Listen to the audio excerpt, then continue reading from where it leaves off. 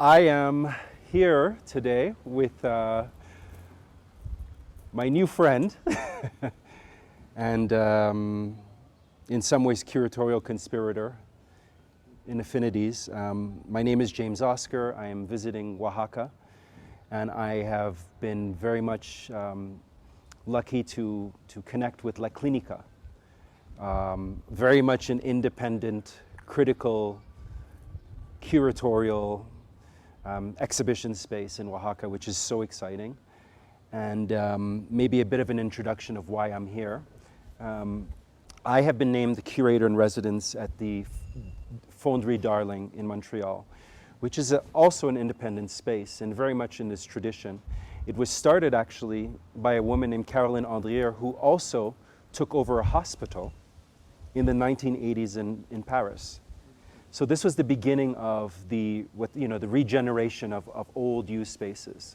And that's one of the first kind of these art spaces in the 80s that happened.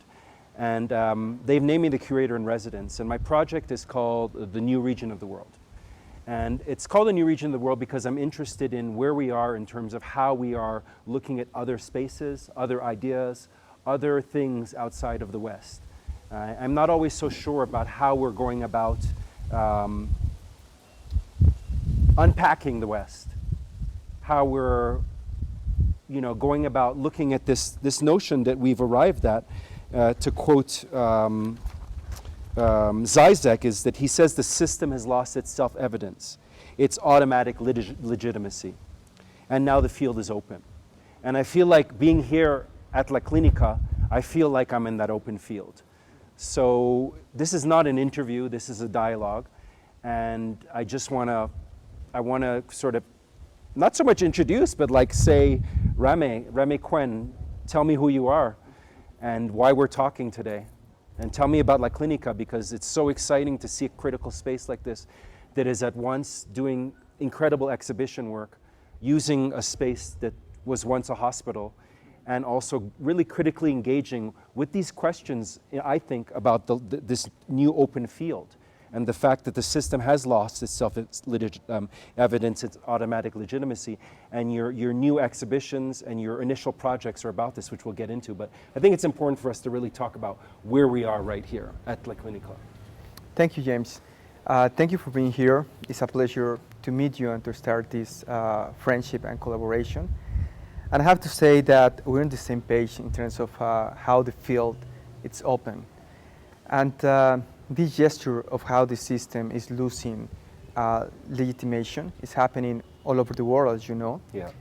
And Oaxaca is not, is also the case, especially during these last years in terms of culture.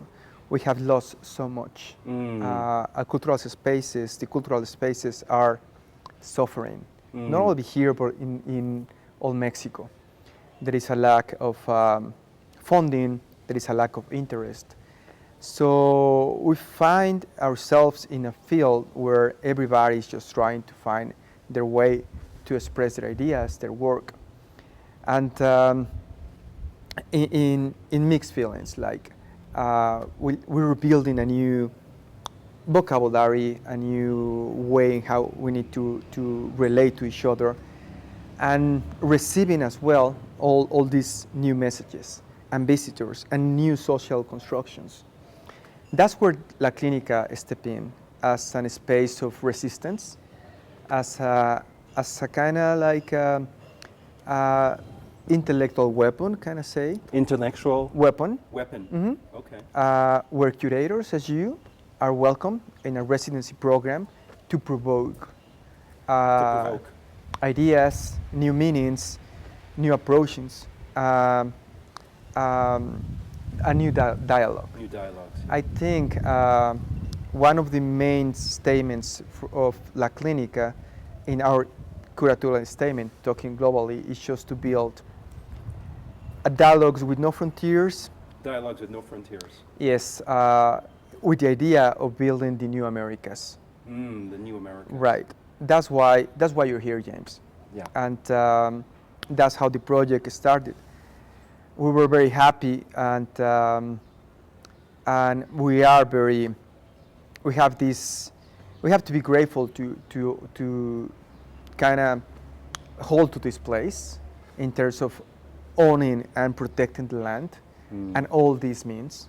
We wanted to produce a place not only working towards a capitalist system in a place full of attractions as Oaxaca. As you know, Oaxaca has become a very attractive place for visitors and tourism. Very exotic place. Right, and so that's why we need to hold to this territory to create conversations related to the new regions of the world. The new region of the Yes, and we have done so far 2 exhibitions right now. The first one with Masa Gallery, Yeah.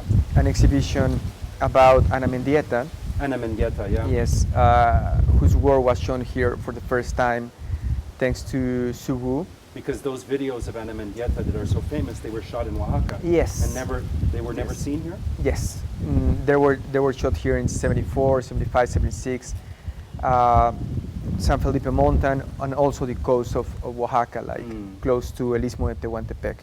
Susubu did an amazing curatorial work working with designers towards related to Masa Gallery. And the second exhibition, which is Dispositivos de Desorientación, adds another frame of work related towards open gender and Open- gender, Open gender. yes, and kinship. And kinship. Yes, okay. so we will go into that when we were able to work Go into into the the galleries. gallery.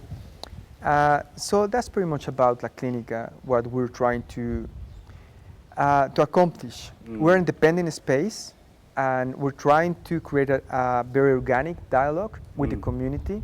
So we don't have a very precise program. We like the idea of react towards what is happening right now. Actually in the world. Yes, and Right. Okay, yeah.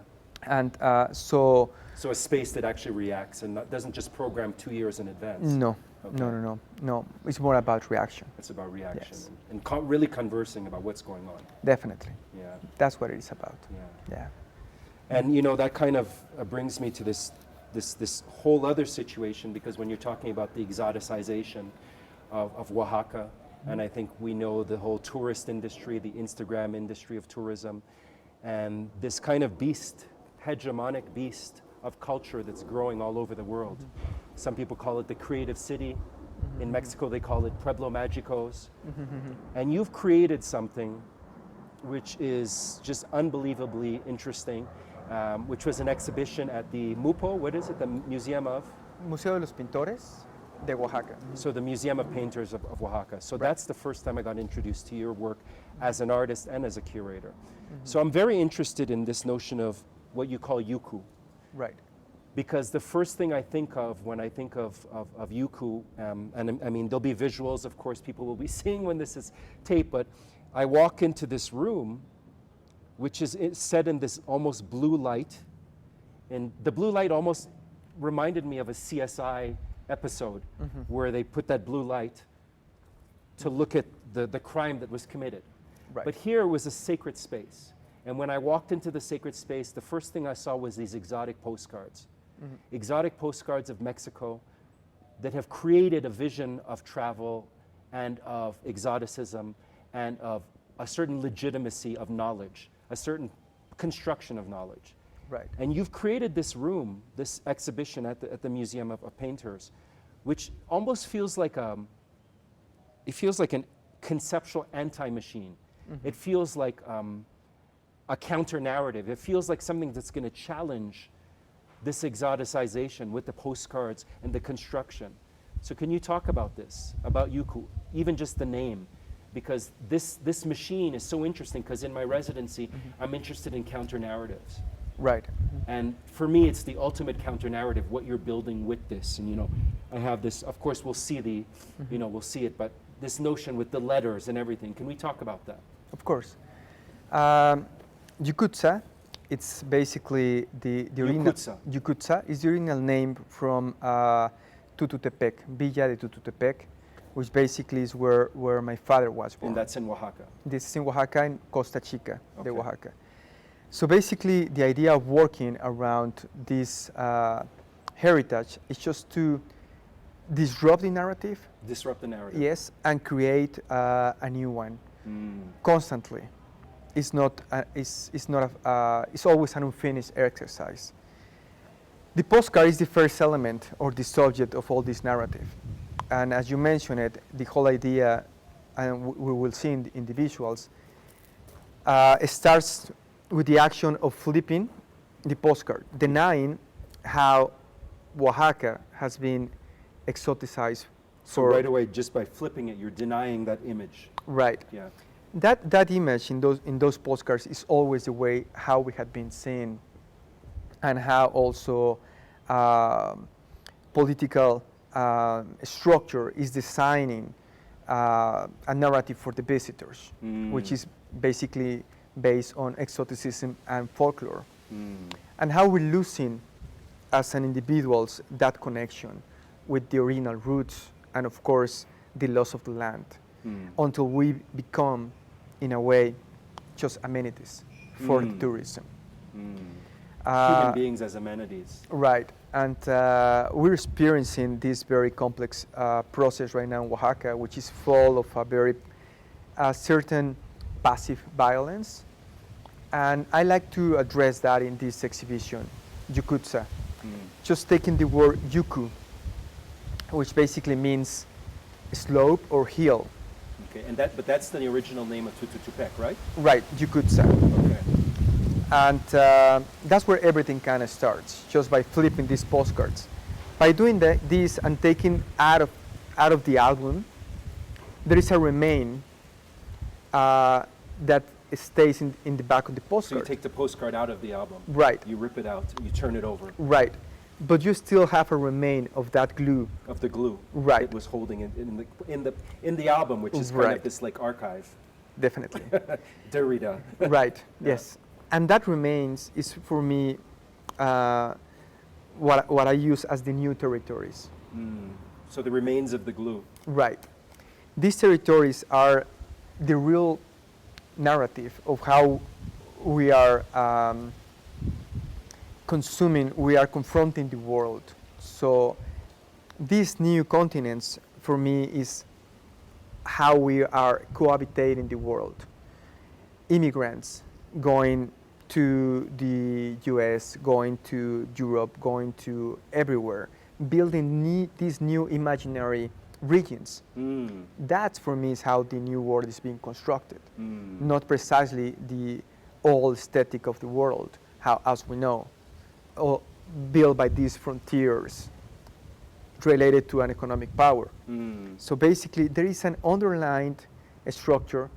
Well, migration, not only coming from Oaxaca towards the world, but between all over the world, how the world is being now connected, and how the real world is working through this migration process, creating new continents, which we don't see, but they're there.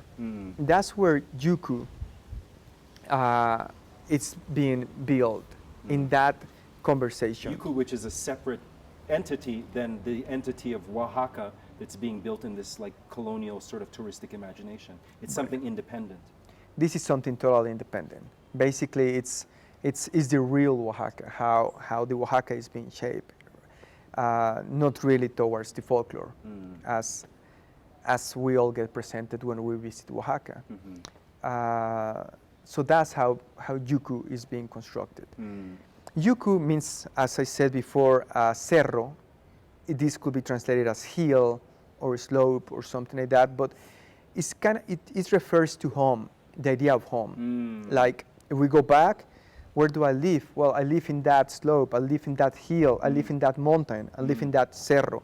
That landscape, of course, now has completely and dramatic change. And not only change, but also we are pretty much taking away of that. The land is being owned by other people, other owners, and the landscape has dramatically changed, not only because of climate change, but also by by new visitors owning the land.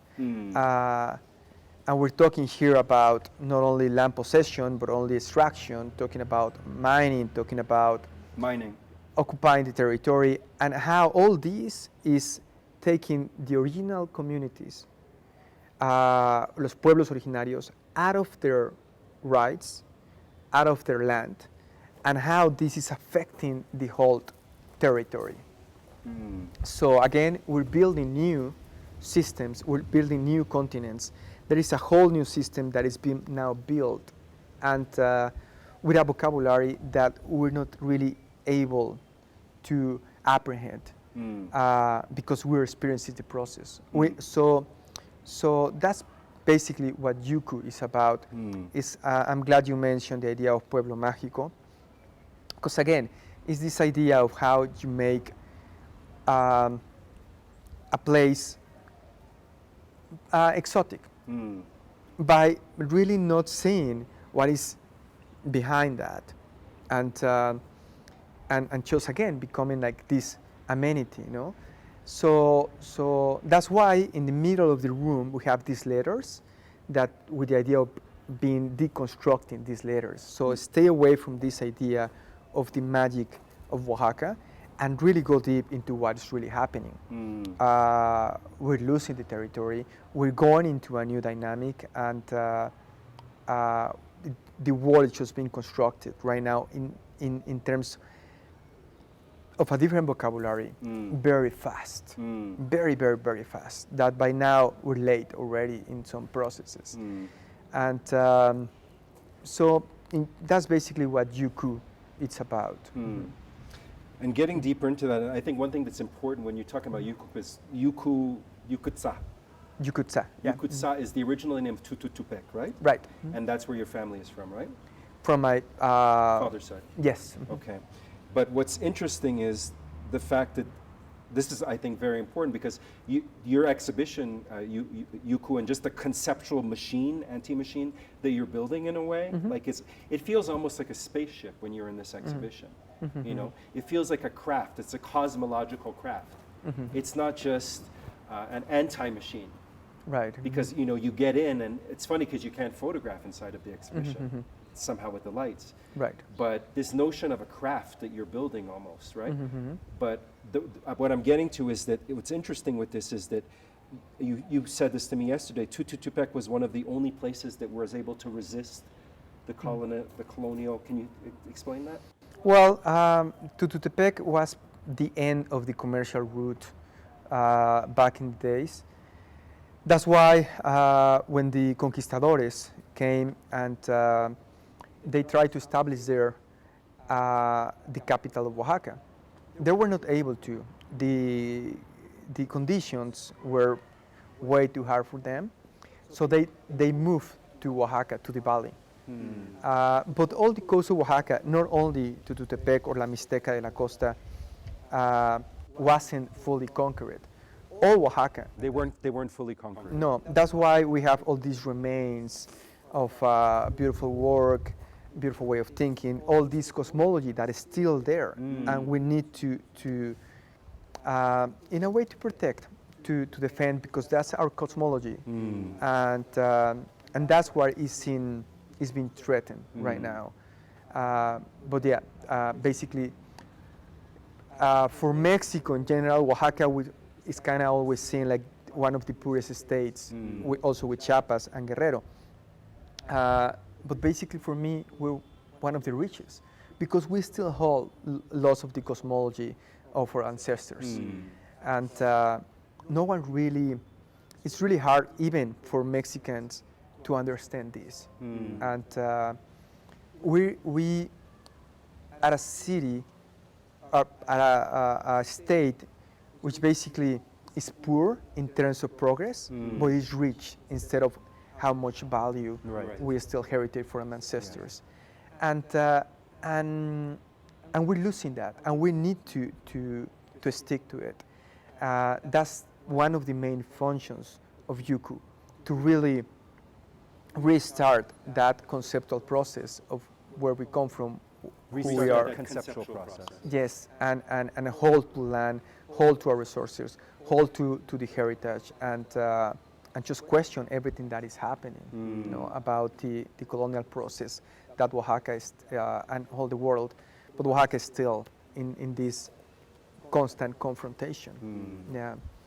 As you mentioned, the whole exhibition is followed with this blue light that kind of makes you feel that you're in a laboratory of inspection. No. Inspection. Yes, and that's how we need to see it, like really go deep into what is really happening and how we're really communicating with our Oaxaca. You know, like we're full of parades, we're full of all these. The tourists coming here for their marriage, and they hire the big puppets Right, for 2 days, and they're just going through the streets. again, we're becoming amenities. You're becoming amenities. But what's the story behind those parades? What's the story behind all these iconic attractions, like even the mezcal, or the costumes, or everything, the food? Mezcal, which is not even just a Mexican thing, as you pointed out. No. It's a mix. The process is a mix. There is. It's all about the process. No, there is copper involved, but there is also clay involved. So there is a very profound things to go into that. It's not just an attraction. And of course, the mezcal itself has become a process of extraction, not only in terms of a business model, but also about the erosion of the land, the contamination of the river, because of the process of methanol going into the land. So we're contaminating ourselves constantly using these symbolic elements of Oaxaca. And so that's where we step in to really go deep into that conversations, invite curators, thinkers, and of course working with artists to question how we're behaving, how we're using, how we're stepping into the land, how the landscape is being totally altered, and we're losing the memory, we're losing the past, and we're losing the heritage. And by this new conversation with visitors, some of them could be intruders, some of them could be new citizens of this new region. But how are we building this scramble that we have been talking all over during your visit? How are we creating a new balance? How are we curating a new balance? New balance. A new balance, and in general, what is all this provoking? What are we losing? What are we, in the contrary, holding? Yeah. That's a little bit about how Yuku behaves. Yeah. I want to get deeper into Yuku because I really, I want to go through the text. But before that, I think it's important for us to mention somebody, Francisco Toledo.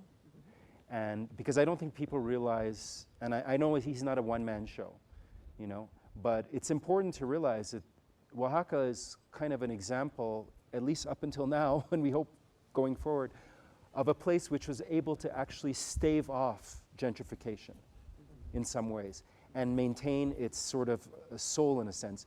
Could you maybe just mention a little bit about Francisco? Because he just passed away, and I think, as far as I understand, and maybe you can correct me, he was very vital in protecting the city from this exoticization, making sure that certain hotels weren't coming in here. I think it's important for us to mention him, especially since I'm staying in a place where he had a bit of a presence. Right. Well, basically, the whole cultural system in Oaxaca was built towards his actions. And we have to be very grateful about that. We have several spaces that pretty much built the new, not precisely cosmology, but the new, and cultural scenario is too shallow to say. It's Cultural very much scenarios? No. a scenario. It's too shallow to say. It's more about the soul of Oaxaca in terms of art. It's basically because of all these actions and how he managed to save that landscape through art and culture. You make me remember one Tamalisa he organized. One time what? Tamalisa. Tamalisa? Just to. That's somebody's name? No, Tamalisa. It's like a just getting together to eat tamales, Okay, he organized the Tamales Yes. of Francisco. just as an action to take out a McDonald's downtown. To take out what? McDonald's, Oh, so he organized a Right. tamale eating right? Just to to make take sure the McDonald's wouldn't come. right, and it happened, and for me that's very radical action, and because of that gesture, if you translate that action towards all different efforts he did during his life, is the reason why very much we're having this conversation at this point. Of course, we have to include so many factors related to that, other writers, artists, intellectuals, the society in general, but definitely he did a lot, and we're living that, this Oaxaca, because of that. I think gentrification is a whole different process. We're fighting against that. We're trying to create,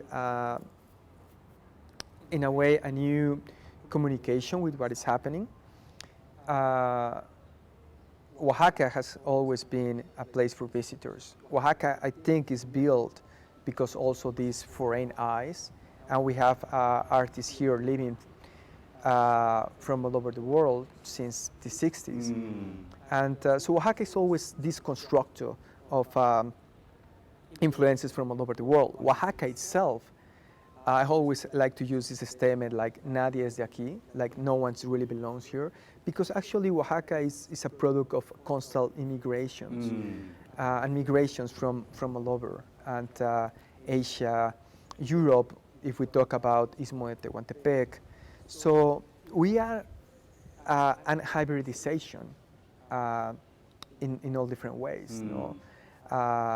There is people of color in places like Costa Chica and Corralero. Afro-descendants. Yes, there is blue eyes in Istmo de Tehuantepec. So we're always in this hybridization. How is being this constructed? How it's being deconstructed. Right now, it's something that we really need to be aware.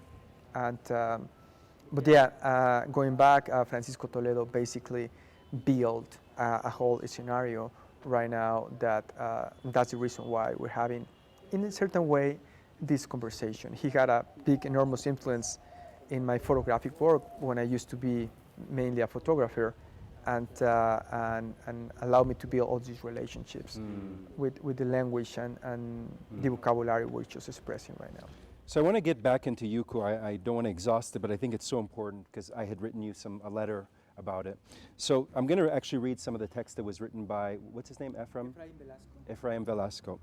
So he says of Yuku, about the exhibition that you did at the Mupu, this room called Yuku, he says, through the inquiry into the archive and the expanded field of photographic image production, Ramy Quen proposes that the approach to the past is always an exercise of agencement from the present. I wasn't sure if I understood that. Maybe, do you remember the Spanish? Do you want to see in Spanish? Sure, Okay. let me remember that. Yeah. Yeah. I'll just go sentence by sentence. So it's the first sentence.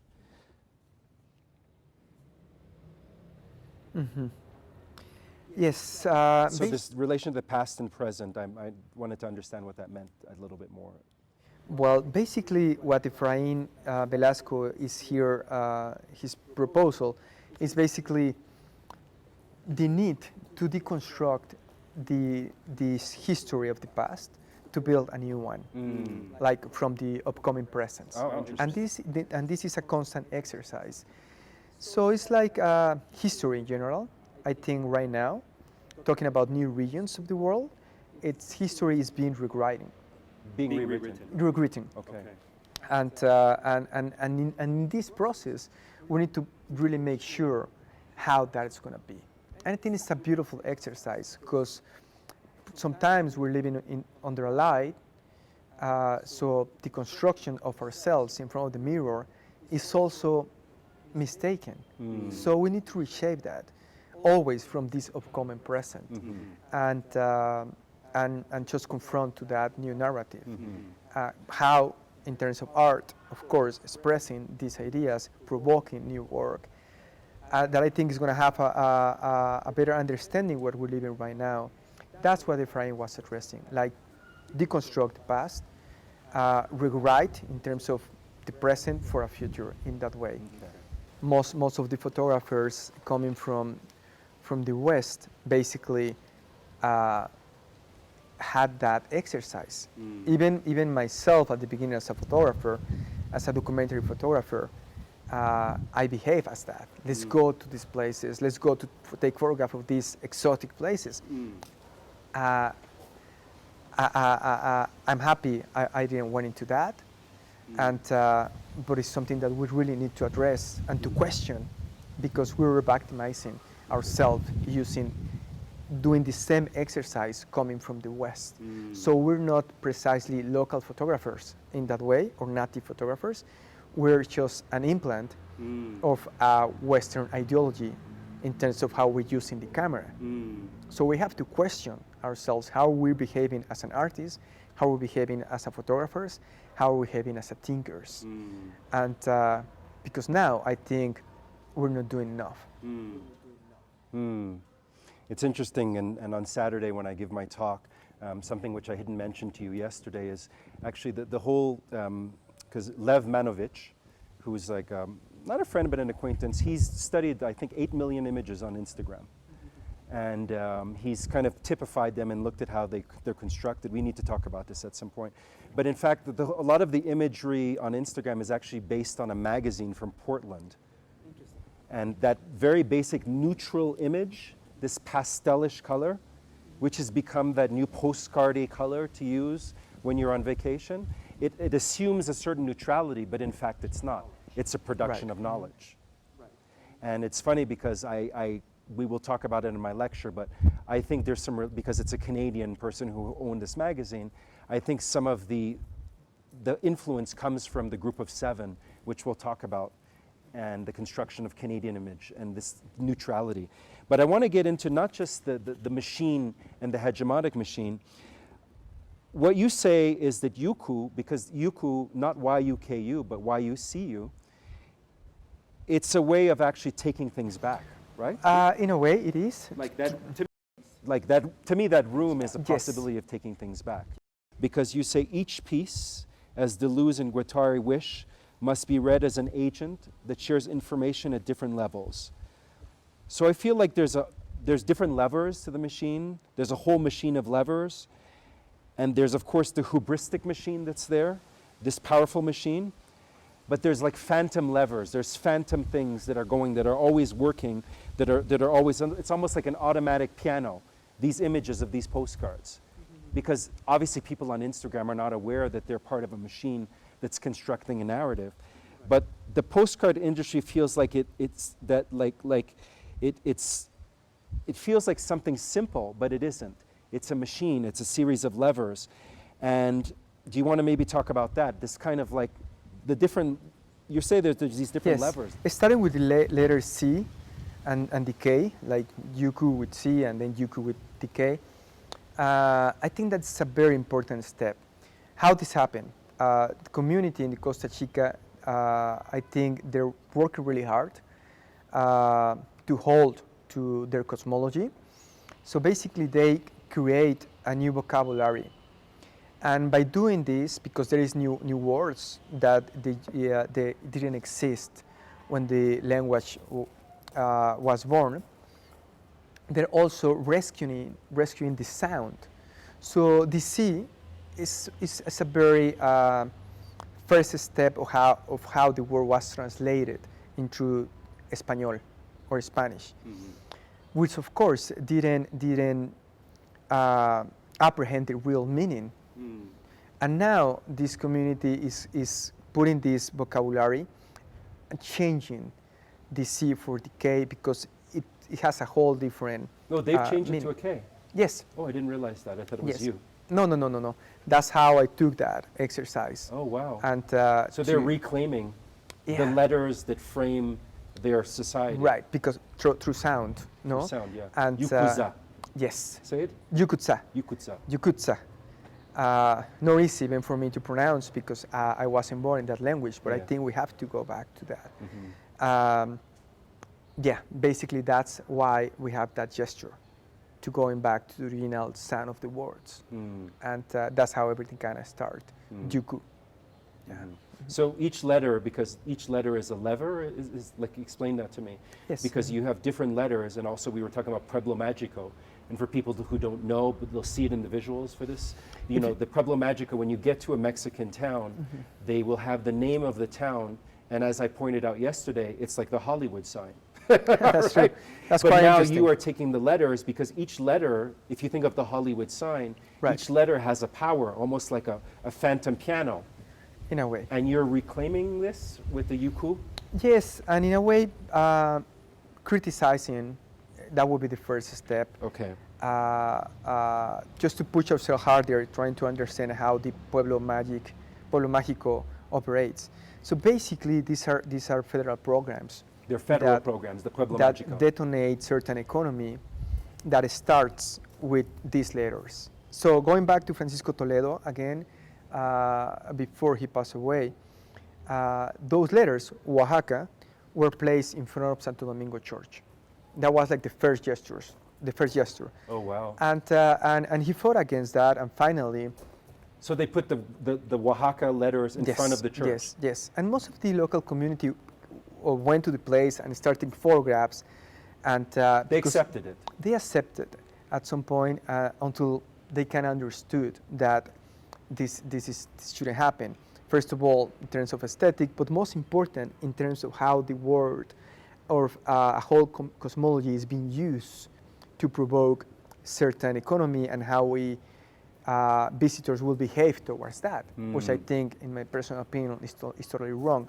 So the word yuku that you will see in the exhibition, basically, I labeled that in order to destroy that letters, and you can take one down, you can construct or deconstruct that word. So you can deconstruct that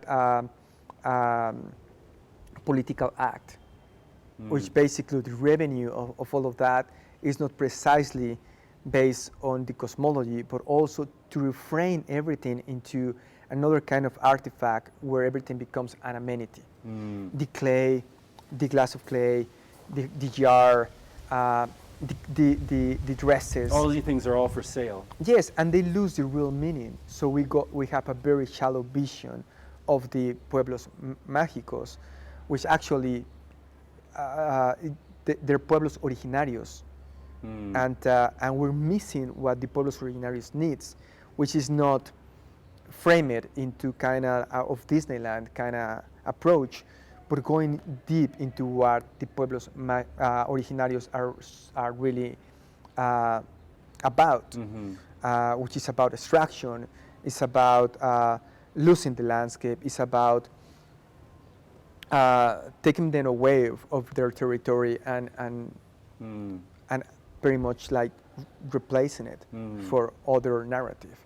So that's the idea behind how the letters of yuku are being placed there, just to deconstruct every letter and just get rid of that narrative. The next thing you say is, because we're going to get to your exhibition that's on now, and you call it, translation in English would be disruptive apparatus. Right. So he also says in his what's his name, the Efraim Velasco. Yeah. So he continues to say, in this exchange, each agent becomes and does not remain with a fixed territory. It suffers from its own mobility. I don't know if you remember that from the text. Yes. Can you explain that in a way? Because I find it interesting. It feels like it's a mobility. It feels like maybe are people suffering from mobility? Is their mobility being taken away? Because it says, in this exchange, each agent becomes and does not remain with a fixed territory. It suffers from its own mobility. Right. I think here I would like to mention two aspects of mobility. And when we say agents, are we talking about the letters? What are we talking about? We're talking about The people in the society? yes, basically. So, for example, if we have this narrative of agents, immigrants moving south to the north, basically we're framed into a migration process. And there is a lot of significance around that. Of course, there is displacement, uh, poverty, everything you can imagine around Exile. that. Exile, racism, etc. If you change the same mobility going to north-south, and I'm not talking about only a geographic position, I'm talking about as a hegemonic system, the idea is completely different. So we're talking about tourism, we're talking about visitors, we're talking about revenue, an expanding economy. We're talking about gentrification, etc.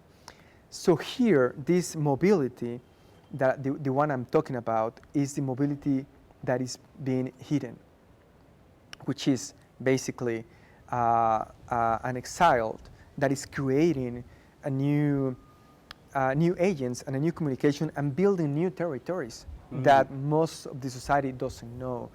This territory starts in the migration routes, these pathways that are only built for this exile, but not for the tourism, not for the dialectic coming from the north in terms of the economic system, in terms of power.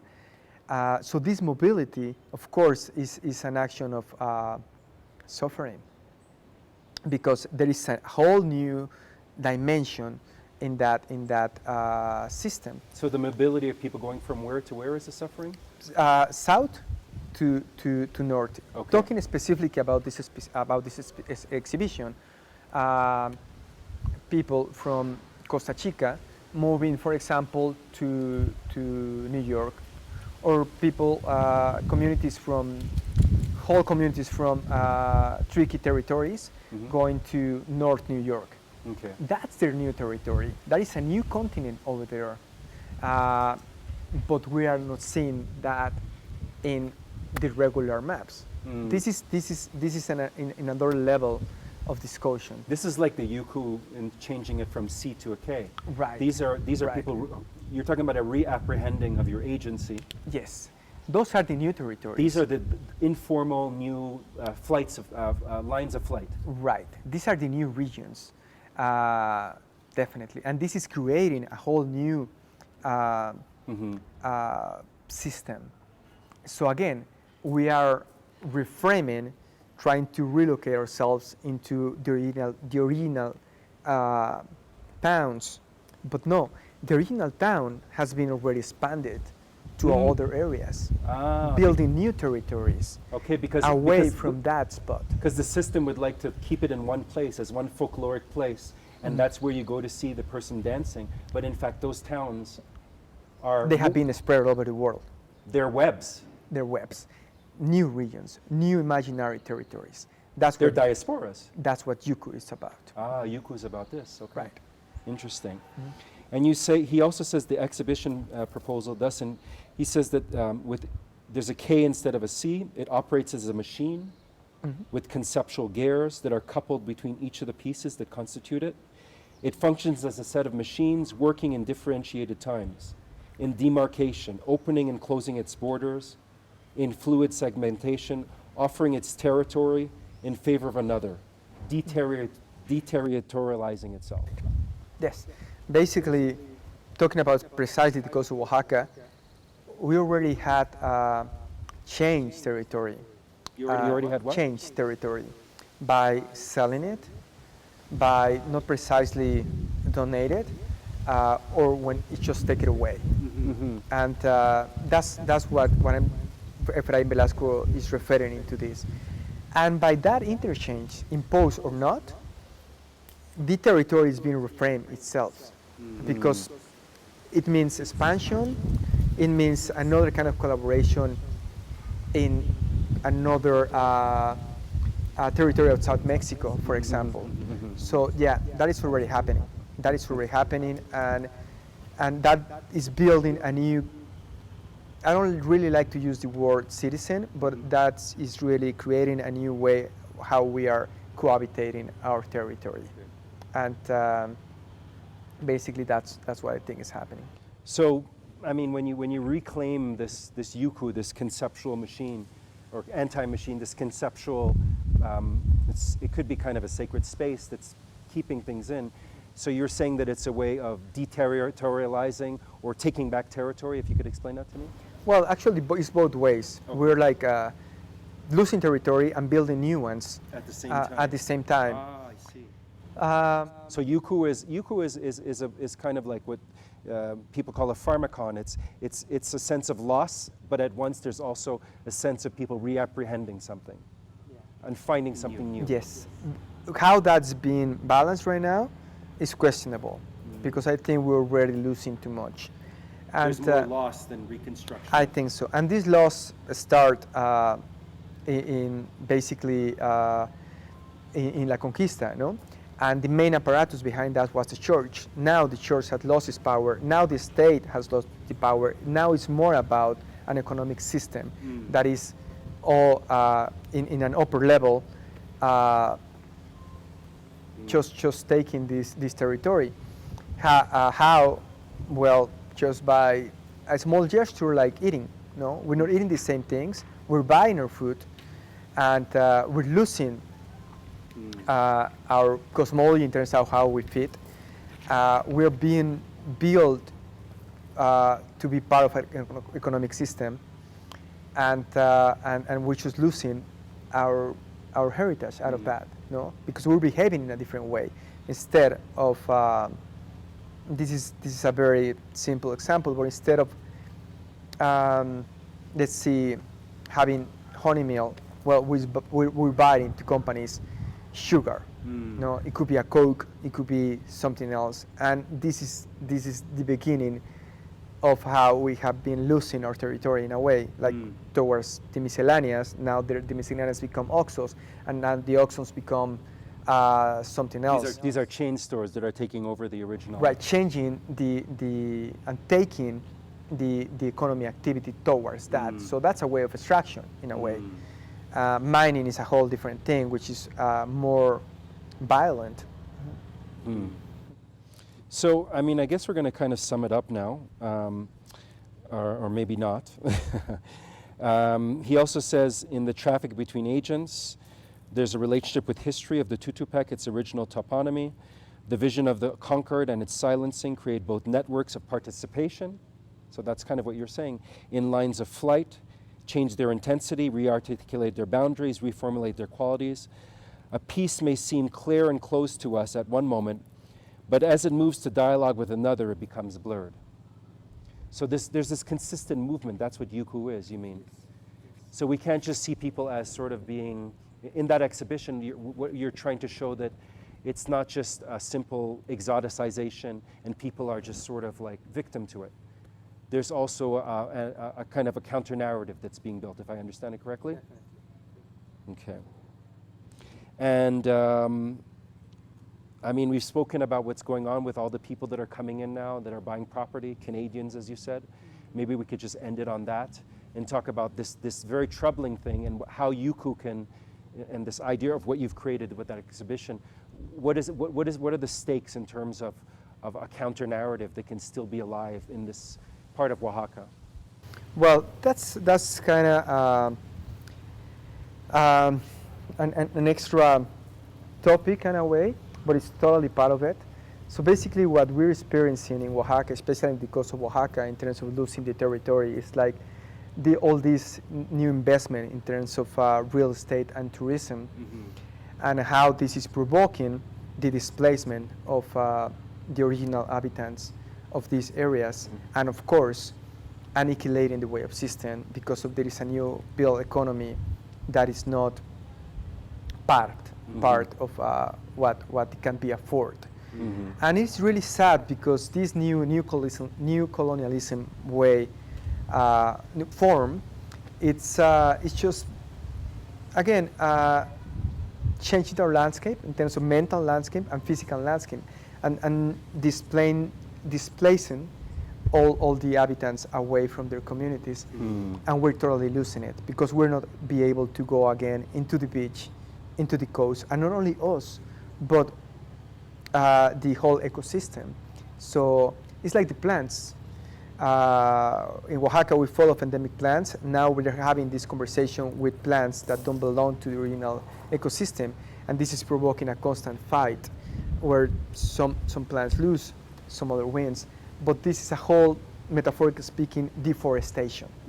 And a deforestation that is cutting pretty much everything. Our inheritance, our roots, our economy, our way of living, and we're being forced to step back because it's just so powerful that there's no way you can afford it. You know, like it's really sad. It's a way of imposing. It's a new colonialism that is happening right now, which is very, very violent, but we haven't really seen it. And of course, Yuku is related to that, definitely.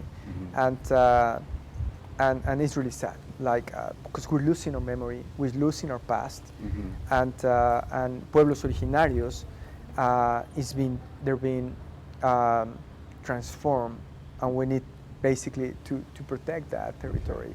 And so this is a call, definitely, like just to be aware of that. Yuku is a call. Yes, Yuku is a call of action, like be aware of what is happening, where are you standing in, how you're participating into this, and how you're going to protect yourself out of that.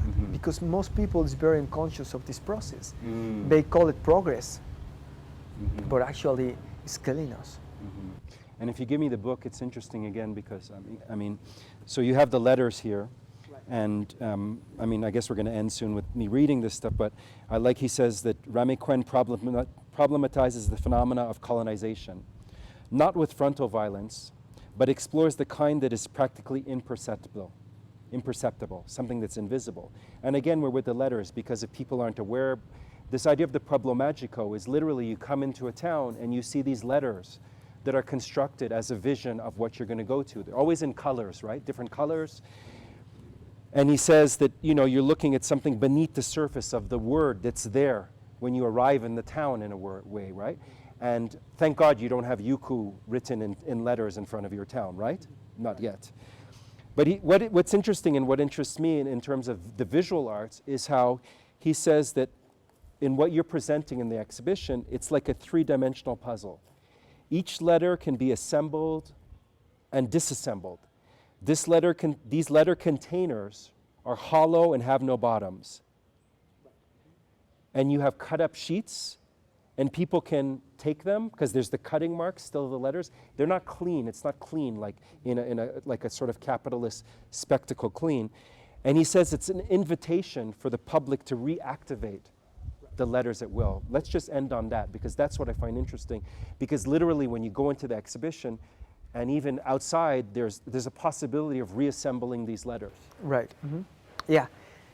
I would like to grab also one of the pieces which is here in the library. Yeah. Give me a second to explain this. Of course, yeah.